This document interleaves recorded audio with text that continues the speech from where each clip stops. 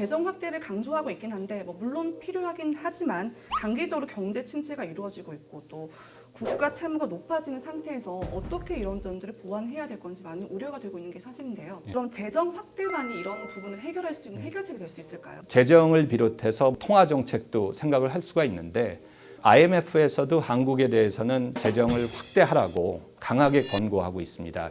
그 이유를 보면은 우리나라가 아무래도 대외 의존도가 높은 나라인데 워낙 대외 여건이 안 좋은 상황에서 경기를 부양하는 수단이 제한돼 있지 않습니까? 그러면 금리는 이미 상당 부분 낮췄고요. 재정이 남아 있는데 재정은 우리가 건실하게 유지를 해왔습니다. 그리고 재정을 확대할 여력도 있습니다. 크게 두 가지 원칙이 있습니다. 하나는 경기 상황이 좋지 않을 때는 정부가 적극적으로 나서서 대응을 해야 된다는 원칙이 하나 있고요. 또 하나의 원칙은 중장기적으로 볼 때 재정의 건전성을 유지하면서 후손 세대한테 부담을 주지 말아야 된다는 두 가지 원칙이 있습니다.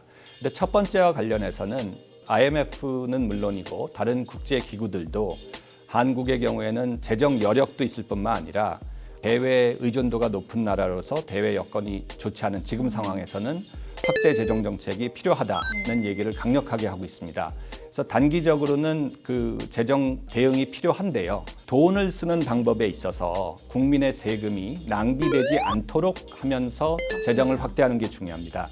그래서 예를 들자면은 노후화된 기반 시설, 예를 들어서 싱크홀도 있을 것이고요. 주거 환경도 좋지 않은 부분들이 있는데 그런 부분들에 대한 적극적인 재정 투자가 필요하고요. 또 요즘 기후변화 문제가 심각해지면서 그린 뉴딜 얘기를 많이 하고 있지 않습니까?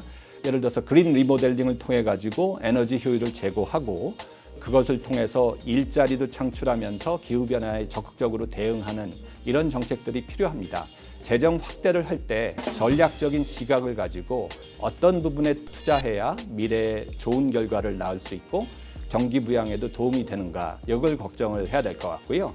전반적인 재정 건전성은 우리나라의 경우에는 IMF도 강조한 바 있습니다만은 걱정할 수준은 아닙니다. 더군다나 지금은 저금리 시대이기 때문에 정부가 채권을 발행을 해서 빚을 내 가지고 재정 확대 재정 정책을 쓴다고 하더라도 이자 상환 부담이 그렇게 높지가 않습니다. 그래서 그만큼 확대 재정 정책을 써서 전략적인 투자를 하고 그렇게 해서 성장 기반도 만들면서 경기 부양을 하는 것이 필요한 정책이라고 생각을 합니다. 재정을 낭비하라는 얘기가 아니라 재정을 전략적으로 투자를 해서 생산성을 높이고 경제 성장률에 도움이 되는 방향으로 하는 것이 중요하다고 생각을 합니다. 재정을 확대하되 잘 써야 한다 이런 말씀이신 것 맞습니다. 같은데요. 이제 2020년 우리 경기 전망은 어떻게 내다보시나요? 경기 전망은 올해보다는 조금 나아질 거는 같습니다.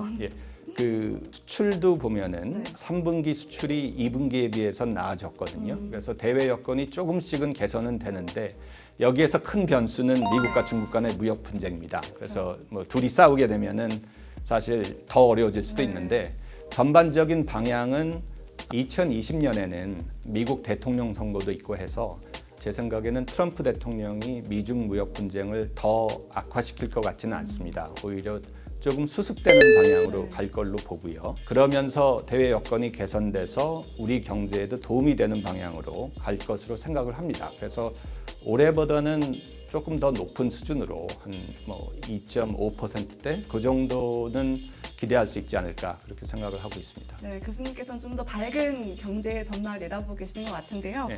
그럼 마지막으로 우리 시청자 여러분들께 하고 싶으신 말씀이 있으시다면 한 말씀 부탁드리겠습니다. 일단은 우리나라가 과거 압축 성장을 하면서 고도 성장에 대해서 아주 높은 기대를 하고 있습니다. 4%, 5%대 성장률 가지고는 만족을 하지 않는데 압축 성장을 하면서 그만큼 1인당 소득이 높아진 거고 1인당 소득이 높아졌다는 얘기는 경제 성장률을 아주 높은 수준으로 유지할 여지가 그만큼 줄어들었다는 거기 때문에 일단은 기대 수준을 다른 선진국들의 예를 보면서 한 2%에서 3% 정도 수준으로 조정하는 게 필요하다고 보고요.